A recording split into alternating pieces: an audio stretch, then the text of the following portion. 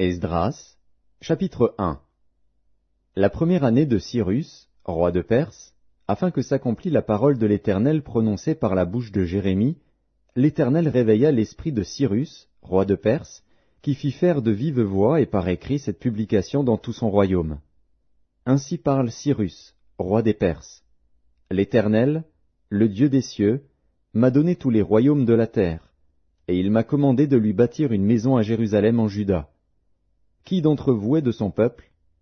Que son Dieu soit avec lui, et qu'il monte à Jérusalem en Juda et bâtisse la maison de l'Éternel, le Dieu d'Israël. C'est le Dieu qui est à Jérusalem. Dans tout lieu où séjournent des restes du peuple de l'Éternel, les gens du lieu leur donneront de l'argent, de l'or, des effets et du bétail, avec des offrandes volontaires pour la maison de Dieu qui est à Jérusalem. Les chefs de famille de Juda et de Benjamin, les sacrificateurs et les Lévites, tous ceux dont Dieu réveilla l'esprit, se levèrent pour aller bâtir la maison de l'Éternel à Jérusalem. Tous leurs alentours leur donnèrent des objets d'argent, de l'or, des effets, du bétail et des choses précieuses, outre toutes les offrandes volontaires. Le roi Cyrus rendit les ustensiles de la maison de l'Éternel que Nebuchadnezzar avait emportés de Jérusalem et placés dans la maison de son Dieu. Cyrus, roi de Perse, les fit sortir par Mithrédate, le trésorier, qui les remit à Sheshbatsar, prince de Juda.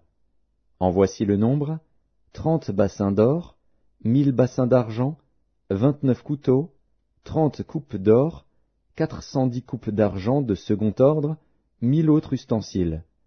Tous les objets d'or et d'argent étaient au nombre de 5400. Sheshbatsar emporta le tout de Babylone à Jérusalem, au retour de la captivité. Esdras, chapitre 2. Voici ceux de la province qui revinrent de l'exil, ceux que Nebuchadnezzar, roi de Babylone, avait emmenés captifs à Babylone et qui retournèrent à Jérusalem et en Juda, chacun dans sa ville. Ils partirent avec Zorobabel, Josué, Néhémie, Séraja, Réélaja, Mardoché, Bilshan, Mispar, Bigvaï, Réhum, Baana. Nombre des hommes du peuple d'Israël: les fils de Paréosh, 2172. Les fils de Shéphatia, 372. Les fils d'Arash, 775.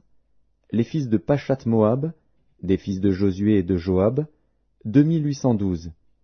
Les fils d'Élam, 1254. Les fils de Tzatu, 945. Les fils de Tzakaï, 760. Les fils de Bani, 642. Les fils de Bébaï, 623. Les fils d'Asgad, 1222. Les fils d'Adonikam, 666. Les fils de Bigvaï, 2056. Les fils d'Adin, 454. Les fils d'Ater, de la famille d'Ézéchias, 98. Les fils de Betsaï, 323. Les fils de Jora, 112. Les fils de Hachem, 223. Les fils de Gibar, 95. Les fils de Bethléem, 123. Les gens de Netopha, 56. Les gens d'Anatoth, 128. Les fils d'Azmavet, 42. Les fils de Kirjatharim, de Képhira et de Béhéroth, 743. Les fils de Rama et de Geba, 621. Les gens de Mikmas, 122. Les gens de Bethel et d'Aï, 223. Les fils de Nebo, 52. Les fils de Magbish, 156. Les fils de l'autre Élam, 1254. Les fils de Harim, 320. Les fils de Lod, de Hadid et d'Ono, 725. Les fils de Jéricho, 345. Les fils de Sénaa, 3630. Sacrificateurs: les fils de Jedaéja, de la maison de Josué, 973. Les fils d'Imer, 1052. Les fils de Pashur, 1247. Les fils de Harim, 1017. Lévites: les fils de Josué et de Kadmiel, des fils d'Odavia, 74. Chantres: les fils d'Azaph, 128. Fils des portiers: les fils de Shalom, les fils d'Ater, les fils de Talmon, les fils d'Akub, les fils de Hatita, les fils de Shobaï, en tout 139. Néthiniens, les fils de Tsisha, les fils de Hasufa, les fils de Tabaoth, les fils de Kéros, les fils de Sia, les fils de Padon, les fils de Lebana, les fils de Hagaba, les fils d'Akub, les fils de Hagab, les fils de Shamlaï, les fils de Hanan, les fils de Guidel, les fils de Gachar, les fils de Réaja, les fils de Retsin, les fils de Nekoda, les fils de Gazam, les fils d'Uzza, les fils de Pazéar, les fils de Bézaï, les fils d'Azna, les fils de Méunim, les fils de Néphusim, les fils de Bakbuk, les fils de Hakufa, les fils de Harur, les fils de Batslut, les fils de Mehida, les fils de Harsha, les fils de Barkos, les fils de Sisera, les fils de Tamar, les fils de Netziar, les fils de Hatifa. Fils des serviteurs de Salomon, les fils de Sotaï, les fils de Sophéret, les fils de Péruda, les fils de Jaala, les fils de Darkon, les fils de Guidel, les fils de Shephasia, les fils de Hatil, les fils de Pokeret Hatsebaïm, les fils d'Ami. Total des Néthiniens et des fils des serviteurs de Salomon, 392. Voici ceux qui partirent de Tel Mélar, de Tel Harsha, de Kérub Adan, et qui ne purent pas faire connaître leur maison paternelle et leur race, pour prouver qu'ils étaient d'Israël. Les fils de Délaja, les fils de Tobija, les fils de Nekoda, 652. Et parmi les fils des sacrificateurs, les fils de Habaja, les fils d'Akots, les fils de Barzilaï, qui avaient pris pour femme une des filles de Barzilaï, le Galaadite, et fut appelée de leur nom. Ils cherchèrent leur titre généalogique, mais ils ne les trouvèrent point. On les exclut du sacerdoce, et le gouverneur leur dit de ne pas manger des choses très saintes jusqu'à ce qu'un sacrificateur ait consulté l'Urim et le Tumim. L'assemblée tout entière était de 42 360 personnes, sans compter leurs serviteurs et leurs servantes, au nombre de 7 337. Parmi eux se trouvaient 200 chantres et chanteuses. Ils avaient 736 chevaux, 245 mulets, 435 chameaux et 6720 ânes. Plusieurs des chefs de famille, à leur arrivée vers la maison de l'Éternel à Jérusalem, firent des offrandes volontaires pour la maison de Dieu, afin qu'on la rétablît sur le lieu où elle avait été. Ils donnèrent au trésor de l'œuvre, selon leurs moyens, 61 000 dariquets d'or, 5 000 mines d'argent et 100 tuniques sacerdotales. Les sacrificateurs et les Lévites, les gens du peuple, les chantres, les portiers et les Néthiniens s'établirent dans leurs villes. Tout Israël habita dans ces villes. Esdras, chapitre 3. Le 7e mois arriva, et les enfants d'Israël étaient dans leurs villes. Alors le peuple s'assembla comme un seul homme à Jérusalem. Josué, fils de Jotsadak, avec ses frères les sacrificateurs, et Zorobabel, fils de Shealtiel, avec ses frères, se levèrent et bâtirent l'autel du Dieu d'Israël, pour y offrir des holocaustes, selon ce qui est écrit dans la loi de Moïse, homme de Dieu. Ils rétablirent l'autel sur ses fondements, quoiqu'ils eussent à craindre les peuples du pays, et ils y offrirent des holocaustes à l'Éternel, les holocaustes du matin et du soir. Ils célébrèrent la fête des tabernacles, comme il est écrit, et ils offrirent jour par jour des holocaustes, selon le nombre ordonné pour chaque jour. Après cela, ils offrirent l'holocauste perpétuel, les holocaustes des nouvelles lunes et de toutes les solennités consacrées à l'Éternel, et ceux de quiconque faisait des offrandes volontaires à l'Éternel. Dès le premier jour du 7e mois, ils commencèrent à offrir à l'Éternel des holocaustes. Cependant les fondements du temple de l'Éternel n'étaient pas encore posés. On donna de l'argent aux tailleurs de pierre et aux charpentiers, et des vivres, des boissons et de l'huile aux Sidoniens et aux Tyriens, pour qu'ils amenassent par mer jusqu'à Japhos des bois de cèdre du Liban, suivant l'autorisation qu'on avait eue de Cyrus, roi de Perse.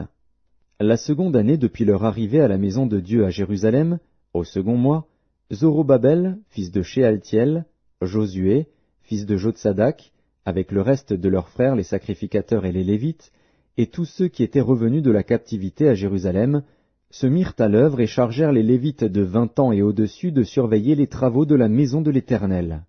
Et Josué, avec ses fils et ses frères, Kadmiel, avec ses fils, fils de Juda, les fils de Henadad, avec leurs fils et leurs frères les Lévites, se préparèrent tous ensemble à surveiller ceux qui travaillaient à la maison de Dieu. Lorsque les ouvriers posèrent les fondements du temple de l'Éternel, on fit assister les sacrificateurs en costume, avec les trompettes, et les Lévites, fils d'Asaph, avec les cymbales, afin qu'ils célébrassent l'Éternel, d'après les ordonnances de David, roi d'Israël. Ils chantaient, célébrant et louant l'Éternel par ces paroles, « Car il est bon, car sa miséricorde pour Israël dure à toujours. » Et tout le peuple poussait de grands cris de joie en célébrant l'Éternel, parce qu'on posait les fondements de la maison de l'Éternel. Mais plusieurs des sacrificateurs et des Lévites, et des chefs de famille âgés, qui avaient vu la première maison, pleuraient à grand bruit pendant qu'on posait sous leurs yeux les fondements de cette maison. Beaucoup d'autres faisaient éclater leur joie par des cris, en sorte qu'on ne pouvait distinguer le bruit des cris de joie d'avec le bruit des pleurs parmi le peuple, car le peuple poussait de grands cris dont le son s'entendait au loin. Esdras, chapitre 4. Les ennemis de Juda et de Benjamin apprirent que les fils de la captivité bâtissaient un temple à l'Éternel, le Dieu d'Israël. Ils vinrent auprès de Zorobabel et des chefs de famille, et leur dirent, « Nous bâtirons avec vous, car, comme vous, nous invoquons votre Dieu, et nous lui offrons des sacrifices depuis le temps d'Esaradon, roi d'Assyrie, qui nous a fait monter ici. » Mais Zorobabel, Josué, et les autres chefs des familles d'Israël leur répondirent, « Ce n'est pas à vous et à nous de bâtir la maison de notre Dieu. Nous la bâtirons nous seuls à l'Éternel, le Dieu d'Israël, comme nous l'a ordonné le roi Cyrus, roi de Perse. » Alors les gens du pays découragèrent le peuple de Juda. Ils l'intimidèrent pour l'empêcher de bâtir, et ils gagnèrent à prix d'argent des conseillers pour faire échouer son entreprise. Il en fut ainsi pendant toute la vie de Cyrus, roi de Perse, et jusqu'au règne de Darius, roi de Perse. Sous le règne d'Assuérus, au commencement de son règne, ils écrivirent une accusation contre les habitants de Juda et de Jérusalem. Et du temps d'Artaxercès, Bishlam, Mithrédas, Tabil et le reste de leurs collègues écrivirent à Artaxercès, roi de Perse. La lettre fut transcrite en caractère araméen et traduite en araméen. Réhum, gouverneur, et Shimshaï, secrétaire, écrivirent au roi Artaxercès la lettre suivante concernant Jérusalem. Réhum, gouverneur, Shimshaï, secrétaire, et le reste de leurs collègues, ceux de Din, d'Arpharsatak, de Tarpel, d'Apharas, d'Érec, de Babylone, de Suse, de Déa, d'Élam, et les autres peuples que le grand et illustre Osnappar a transportés et établis dans la ville de Samarie et autres lieux de ce côté du fleuve, etc. C'est ici la copie de la lettre qu'ils envoyèrent au roi Artaxercès. Tes serviteurs, les gens de ce côté du fleuve, etc. Que le roi sache que les Juifs partis de chez toi et arrivés parmi nous à Jérusalem rebâtissent la ville rebelle et méchante, en relèvent les murs et en restaurent les fondements. Que le roi sache donc que, si cette ville est rebâtie et si ses murs sont relevés, ils ne payeront ni tribut, ni impôt, ni droit de passage, et que le trésor royal en souffrira. Or, comme nous mangeons le sel du palais et qu'il ne nous paraît pas convenable de voir mépriser le roi, nous envoyons au roi ces informations. Qu'on fasse des recherches dans le livre des mémoires de tes pères, et tu trouveras et verras dans le livre des mémoires que cette ville est une ville rebelle, funeste au roi et aux provinces, et qu'on s'y est livré à la révolte dès les temps anciens. C'est pourquoi cette ville a été détruite. Nous faisons savoir au roi que, si cette ville est rebâtie et si ses murs sont relevés, par cela même tu n'auras plus de possession de ce côté du fleuve. Réponse envoyée par le roi à Réhum, gouverneur, à Shimshaï, secrétaire, et au reste de leurs collègues, demeurant à Samarie et autres lieux de l'autre côté du fleuve. Salut, etc. La lettre que vous nous avez envoyée a été lue exactement devant moi. J'ai donné ordre de faire des recherches, et l'on a trouvé que dès les temps anciens cette ville s'est soulevée contre les rois, et qu'on s'y est livré à la sédition et à la révolte. Il y eut à Jérusalem des rois puissants, maîtres de tout le pays de l'autre côté du fleuve, et auxquels on payait tribut, impôts et droits de passage. En conséquence, ordonnez de faire cesser les travaux de ces gens, afin que cette ville ne se rebâtisse point avant une autorisation de ma part. Gardez-vous de mettre en cela de la négligence, de peur que le mal n'augmente au préjudice des rois. » Aussitôt que la copie de la lettre du roi Artaxercès eut été lue devant Réhum, Shimshaï, le secrétaire, et leurs collègues, ils allèrent en hâte à Jérusalem vers les Juifs, et firent cesser leurs travaux par violence et par force. Alors s'arrêta l'ouvrage de la maison de Dieu à Jérusalem, et il fut interrompu jusqu'à la seconde année du règne de Darius, roi de Perse. Esdras, chapitre 5. Agé, le prophète, et Zacharie, fils d'Iddo, le prophète, prophétisèrent aux Juifs qui étaient en Juda et à Jérusalem, au nom du Dieu d'Israël. Alors Zorobabel, fils de Shealtiel, et Josué, fils de Jotsadak, se levèrent et commencèrent à bâtir la maison de Dieu à Jérusalem. Et avec eux étaient les prophètes de Dieu qui les assistaient. Dans ce même temps, Tatnaï, gouverneur de ce côté du fleuve, Shethar-Boznaï et leurs collègues, vinrent auprès d'eux et leur parlèrent ainsi. « Qui vous a donné l'autorisation de bâtir cette maison et de relever ses murs ?» Ils leur dirent encore, « Quels sont les noms des hommes qui construisent cet édifice ?»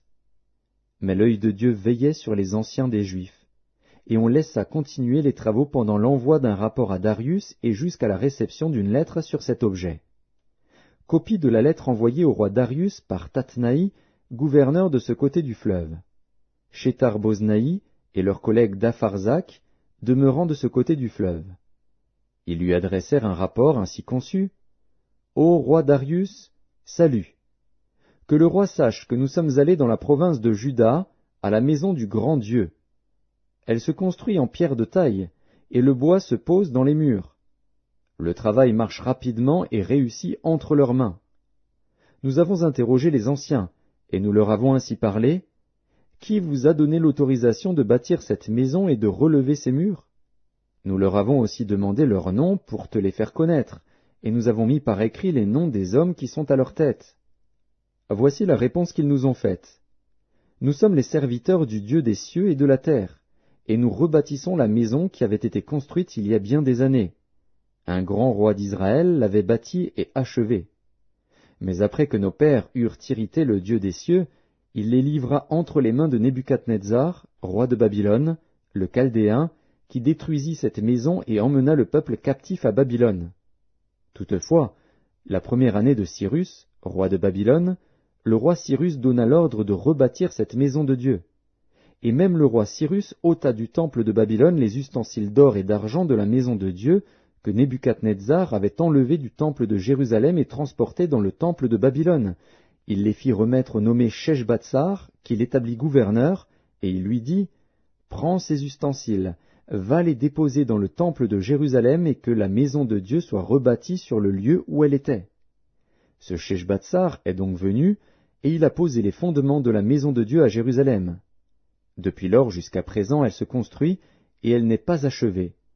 Maintenant, si le roi le trouve bon, que l'on fasse des recherches dans la maison des trésors du roi à Babylone, pour voir s'il y a eu de la part du roi Cyrus un ordre donné pour la construction de cette maison de Dieu à Jérusalem. Puis, que le roi nous transmette sa volonté sur cet objet. Esdras, chapitre 6. Alors le roi Darius donna ordre de faire des recherches dans la maison des archives où l'on déposait les trésors à Babylone.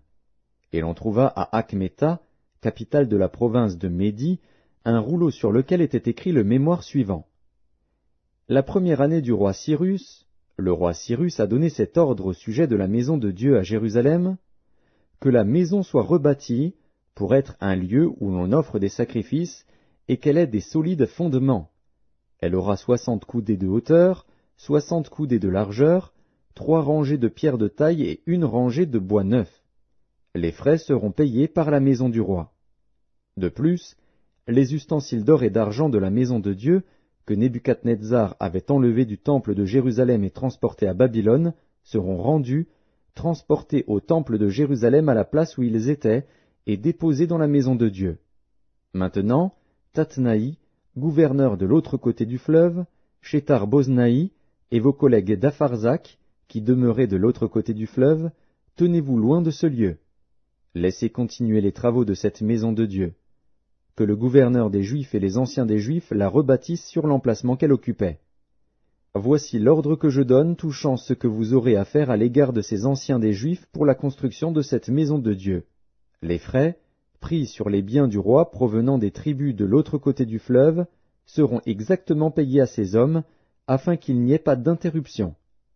Les choses nécessaires pour les holocaustes du Dieu des cieux, jeunes taureaux, béliers et agneaux, froment, sel, vin et huile, seront livrés, sur leur demande, aux sacrificateurs de Jérusalem, jour par jour et sans manquer, afin qu'ils offrent des sacrifices de bonne odeur au Dieu des cieux et qu'ils prient pour la vie du roi et de ses fils. Et voici l'ordre que je donne touchant quiconque transgressera cette parole. On arrachera de sa maison une pièce de bois, on la dressera pour qu'il y soit attaché, et l'on fera de sa maison un tas d'immondices. Que le Dieu qui fait résider en ce lieu son nom renverse tout roi et tout peuple qui étendrait la main pour transgresser ma parole, pour détruire cette maison de Dieu à Jérusalem.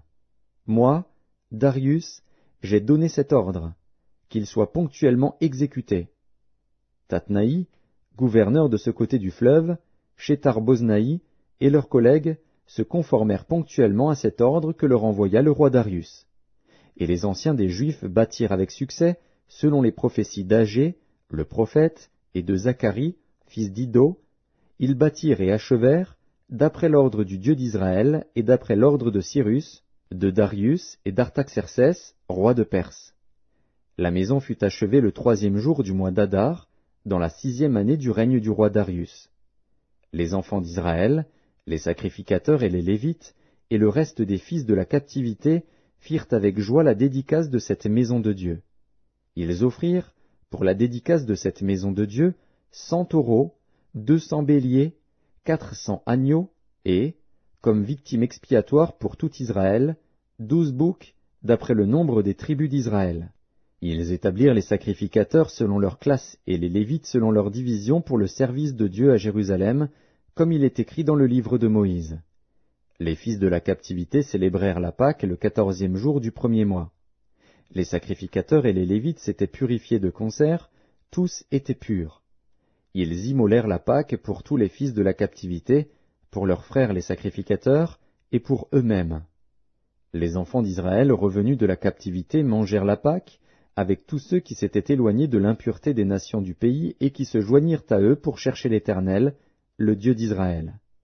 Ils célébrèrent avec joie pendant 7 jours la fête des pains sans levain, car l'Éternel les avait réjouis en disposant le roi d'Assyrie à les soutenir dans l'œuvre de la maison de Dieu, du Dieu d'Israël. Esdras, chapitre 7. Après ces choses, sous le règne d'Artaxercès, roi de Perse, vint Esdras, fils de Séraja, fils d'Azaria, fils de Hilkija, fils de Shalom, fils de Tsadok, fils d'Akitub, fils d'Amaria, fils d'Azaria, fils de Mérajot, fils de Zérakja, fils d'Uzi, fils de Buki, fils d'Abishua, fils de Phiné, fils d'Éléazar, fils d'Aaron, le souverain sacrificateur. Cet Esdras vint de Babylone. C'était un scribe versé dans la loi de Moïse, donné par l'Éternel, le Dieu d'Israël. Et comme la main de l'Éternel, son Dieu, était sur lui, le roi lui accorda tout ce qu'il avait demandé. Plusieurs des enfants d'Israël, des sacrificateurs et des Lévites, des chantres, des portiers et des Nétiniens, vinrent aussi à Jérusalem la 7e année du roi Artaxercès. Esdras arriva à Jérusalem au 5e mois de la 7e année du roi. Il était parti de Babylone le 1er jour du 1er mois, et il arriva à Jérusalem le 1er jour du 5e mois, la bonne main de son Dieu étant sur lui. Car Esdras avait appliqué son cœur à étudier et à mettre en pratique la loi de l'Éternel, et à enseigner au milieu d'Israël les lois et les ordonnances. Voici la copie de la lettre donnée par le roi Artaxercès à Esdras, sacrificateur et scribe, enseignant les commandements et les lois de l'Éternel concernant Israël. Artaxercès, roi des rois, à Esdras, sacrificateur et scribe, versé dans la loi du Dieu des cieux, etc. J'ai donné ordre de laisser aller tous ceux du peuple d'Israël, de ses sacrificateurs et de ses Lévites, qui se trouvent dans mon royaume, et qui sont disposés à partir avec toi pour Jérusalem. Tu es envoyé par le roi et ses 7 conseillers pour inspecter Juda et Jérusalem d'après la loi de ton Dieu, laquelle est entre tes mains, et pour porter l'argent et l'or que le roi et ses conseillers ont généreusement offert au Dieu d'Israël, dont la demeure est à Jérusalem, tout l'argent et l'or que tu trouveras dans toute la province de Babylone, et les dons volontaires faits par le peuple et les sacrificateurs pour la maison de leur Dieu à Jérusalem. En conséquence, tu auras soin d'acheter avec cet argent des taureaux, des béliers, des agneaux, et ce qui est nécessaire pour les offrandes et les libations, et tu les offriras sur l'autel de la maison de votre Dieu à Jérusalem. Vous ferez avec le reste de l'argent et de l'or ce que vous jugerez bon de faire, toi et tes frères, en vous conformant à la volonté de votre Dieu. Dépose devant le Dieu de Jérusalem les ustensiles qui te sont remis pour le service de la maison de ton Dieu. Tu tireras de la maison des trésors du roi ce qu'il faudra pour les autres dépenses que tu auras à faire concernant la maison de ton Dieu. Moi, le roi Artaxercès, je donne l'ordre à tous les trésoriers de l'autre côté du fleuve de livrer exactement à Esdras, sacrificateur et scribe, versé dans la loi du Dieu des cieux, tout ce qu'il vous demandera, jusqu'à 100 talents d'argent, 100 corps de froment, 100 battes de vin, 100 battes d'huile et du sel à discrétion. Que tout ce qui est ordonné par le Dieu des cieux se fasse ponctuellement pour la maison du Dieu des cieux, afin que sa colère ne soit pas sur le royaume, sur le roi et sur ses fils. Nous vous faisons savoir qu'il ne peut être levé ni tribut, ni impôt, ni droit de passage sur aucun des sacrificateurs, des Lévites, des chantres, des portiers, des Nétiniens et des serviteurs de cette maison de Dieu. Et toi, Esdras, selon la sagesse de Dieu que tu possèdes, établis des juges et des magistrats qui rendent la justice à tout le peuple de l'autre côté du fleuve, à tous ceux qui connaissent les lois de ton Dieu, et fais-les connaître à ceux qui ne le connaissent pas. Quiconque n'observera pas ponctuellement la loi de ton Dieu et la loi du roi sera condamné à la mort, au bannissement, à une amende ou à la prison. Béni soit l'Éternel, le Dieu de nos pères, qui a disposé le cœur du roi à glorifier ainsi la maison de l'Éternel à Jérusalem, et qui m'a rendu l'objet de la bienveillance du roi, de ses conseillers et de tous ses puissants chefs. Fortifié par la main de l'Éternel, mon Dieu, qui était sur moi, j'ai rassemblé les chefs d'Israël, afin qu'ils partissent avec moi. Esdras, chapitre 8. Voici les chefs de famille et les généalogies de ceux qui montèrent avec moi de Babylone, sous le règne du roi Artaxercès. Des fils de Phiné, Gershom. Des fils d'Ithamar, Daniel. Des fils de David, Hattush. Des fils de Shekania. Des fils de Paréosh, Zacharie, et avec lui 150 mâles enregistrés. Des fils de Pachat-Moab, Eljoénaï, fils de Jérakja, et avec lui 200 mâles. Des fils de Shekania, le fils de Jacaziel, et avec lui 300 mâles. Des fils d'Adin, Ebed, fils de Jonathan, et avec lui 50 mâles. Des fils d'Élam, Ésaïe, fils d'Atalia, et avec lui 70 mâles. Des fils de Shéphasia, Zébadia, fils de Michaël, et avec lui 80 mâles. Des fils de Joab, Abdias, fils de Jéhiel, et avec lui 218 mâles. Des fils de Shélomis, le fils de Josiphia, et avec lui 160 mâles. Des fils de Bébaï, Zacharie, fils de Bébaï, et avec lui 28 mâles. Des fils d'Asgad, Jochanan, fils d'Akatan, et avec lui 110 mâles. Des fils d'Adonikam, les derniers, dont voici les noms, Éliphélet, Jéhiel et Shemaéja, et avec eux 60 mâles. Des fils de Bigvaï, Utaï et Zabud, et avec eux 70 mâles. Je les rassemblai près du fleuve qui coule vers Ahava, et nous campâmes là 3 jours. Je dirigeai mon attention sur le peuple et sur les sacrificateurs, et je ne trouvai là aucun des fils de Lévi. Alors je fis appeler les chefs Éliézer, Ariel, Shemaéja, Elnathan, Jarib, Elnathan, Nathan, Zacharie et Meshulam, et les docteurs Jojarib et Elnathan. Je les envoyai vers le chef Iddo, demeurant à Casifia, et je mis dans leur bouche ce qu'ils devaient dire à Iddo et à ses frères les Nétiniens qui étaient à Casifia, afin qu'ils nous amenassent des serviteurs pour la maison de notre Dieu. Et, comme la bonne main de notre Dieu était sur nous, ils nous amenèrent Chérébia, homme de sens, d'entre les fils de Machli, fils de Lévi, fils d'Israël, et avec lui ses fils et ses frères, au nombre de 18. Achabia, et avec lui Ésaïe, d'entre les fils de Mérari, ses frères et leurs fils, au nombre de 20. Et d'entre les Nétiniens, que David et les chefs avaient mis au service des Lévites, 220 Nétiniens, tous désignés par leur nom. Là, près du fleuve d'Ahava, je publiai un jeûne d'humiliation devant notre Dieu, afin d'implorer de lui un heureux voyage pour nous, pour nos enfants, et pour tout ce qui nous appartenait. J'aurais eu honte de demander au roi une escorte et des cavaliers pour nous protéger contre l'ennemi pendant la route, car nous avions dit au roi, « La main de notre Dieu est pour leur bien sur tous ceux qui le cherchent, mais sa force et sa colère sont sur tous ceux qui l'abandonnent. » C'est à cause de cela que nous jeûnâmes et que nous invoquâmes notre Dieu, et il nous exauça. Je choisis 12 chefs des sacrificateurs, Chérébia, Achabia, et 10 de leurs frères.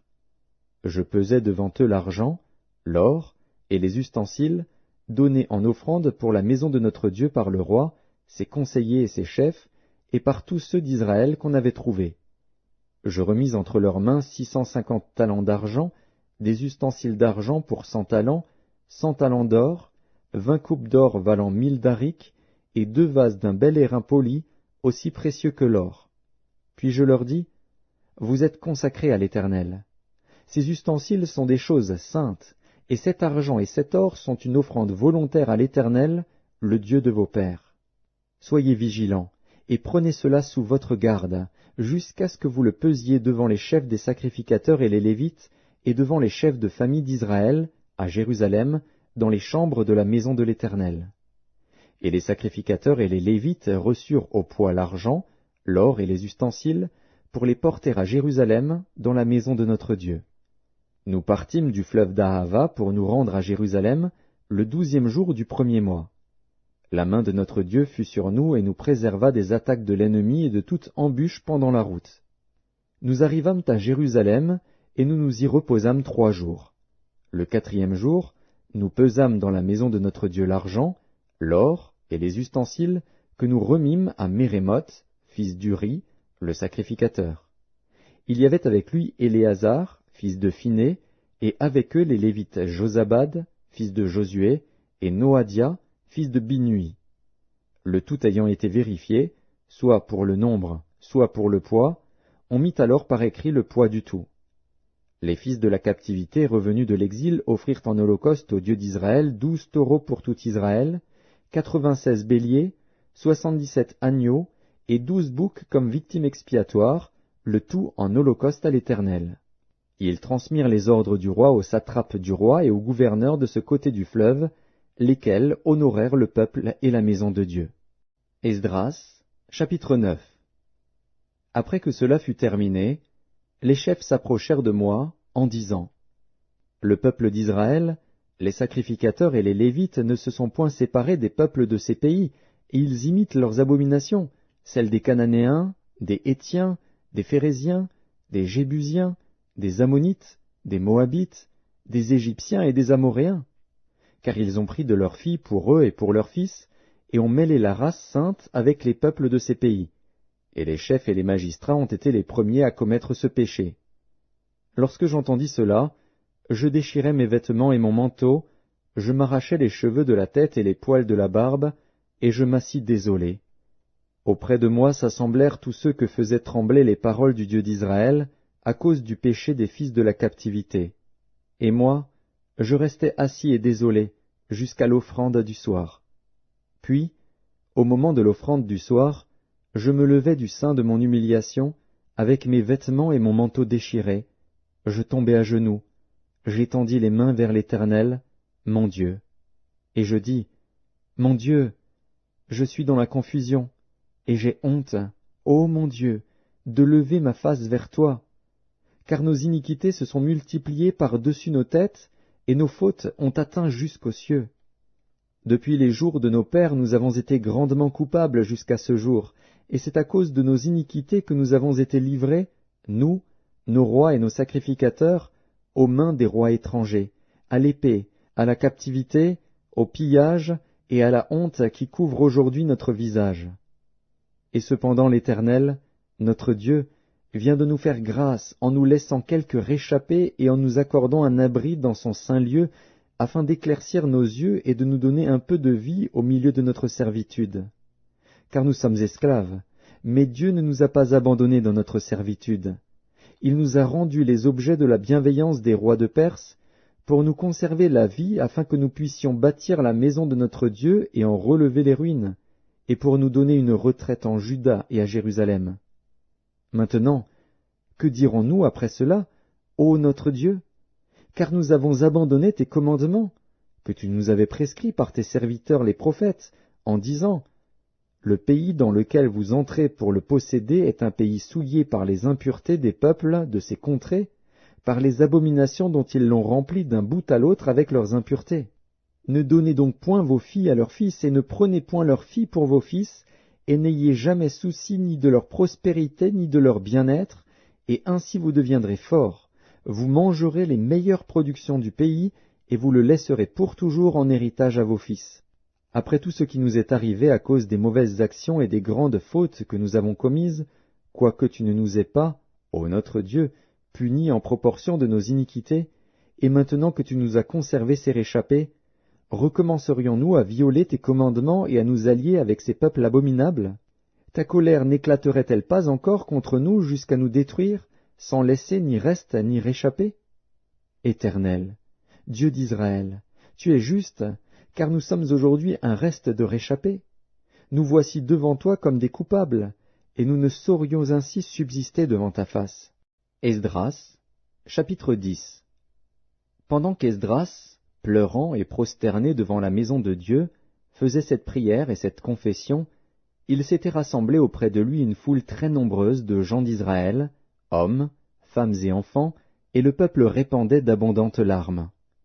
Alors Shekania, fils de Jéhiel, d'entre les fils d'Élam, prit la parole et dit à Esdras, « Nous avons péché contre notre Dieu, en nous alliant à des femmes étrangères qui appartiennent au peuple du pays. Mais Israël ne reste pas pour cela sans espérance.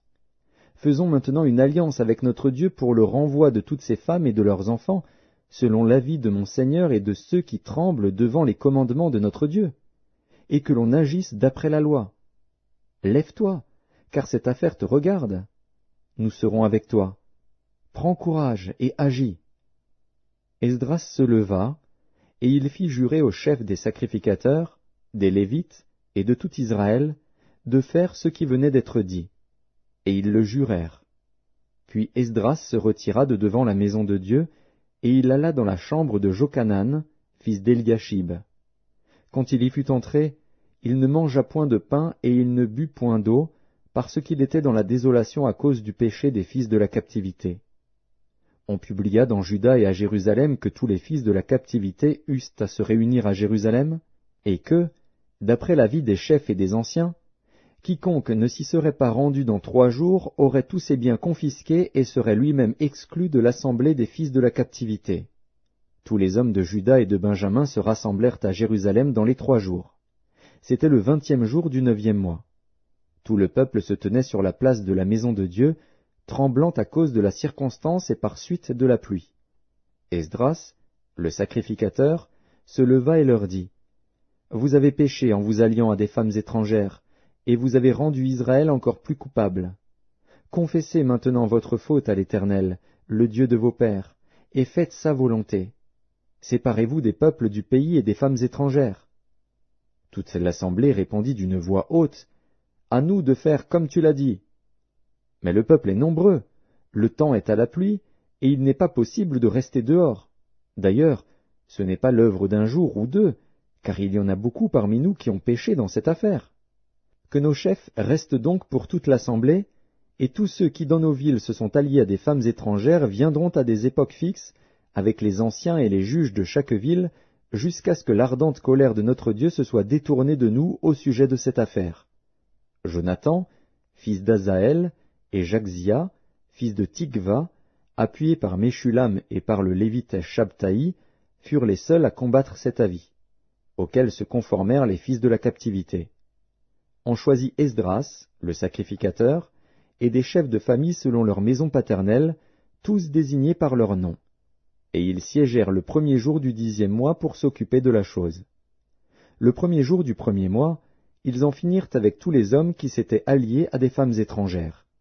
Parmi les fils de sacrificateurs, il s'en trouva qui s'étaient alliés à des femmes étrangères, des fils de Josué, fils de Jotsadak, et de ses frères, Maazéja, Éliézer, Jarib et Guédalia, qui s'engagèrent, en donnant la main, à renvoyer leurs femmes et à offrir un bélier en sacrifice de culpabilité. Des fils d'Immer, Anani et Zébadia, des fils de Harim, Maazéja, Éli, Shemaéja, Jéhiel et Ozias, des fils de Pashur, Eljoénaï, Maazéja, Ismaël, Nethanil, Josabad et Éléasa. Parmi les Lévites, Josabad, Shiméi, Kélaja ou Kélita, Pétajja, Juda et Éliézer. Parmi les chantres, Eliashib. Parmi les portiers, Shallum, Télem et Uri. Parmi ceux d'Israël, des fils de Paréosh, Ramia, Jizija, Malkija, Mijamin, Éléazar, Malkija et Benaja. Des fils d'Élam, Matania, Zacharie, Jéhiel, Abdi, Jérémoth et Éli. Des fils de Tzatu, Eljoénaï, Eliashib, Matania, Jérémoth, Zabad et Aziza. Des fils de Bébaï, Jokanan, Hanania, Zabaï et Atlaï. Des fils de Bani, Meshulam, Maluk, Adaja, Jashub, Shial et Ramoth. Des fils de Pachat Moab, Adna, Kelal, Benaja, Maazéja, Matania, Betsalil, Binui et Manassé. Des fils de Harim, Éliézer, Jishija, Malkija, Shemaéja, Siméon, Benjamin, Maluk et Shemaria. Des fils de Hashum, Matnaï, Matata, Zabad, Éliphélet, Jérémaï, Manassé et Shiméi. Des fils de Bani, Madaï, Amram, Uel, Benaja, Bédia, Kélu, Vania, Mérémoth, Eliashib, Matania, Matnaï, Jaazaï, Bani, Binui, Shiméi, Shélémia, Nathan, Adaja, Maknadbaï, Shashaï, Sharaï, Azaril, Shélémia, Shemaria, Shallum, Amaria et Joseph. Des fils de Nebo, Jéhiel, Matithia, Zabad, Zébina, Jadaï, Joël et Benaja. Tout cela avait pris des femmes étrangères, et plusieurs en avaient eu des enfants.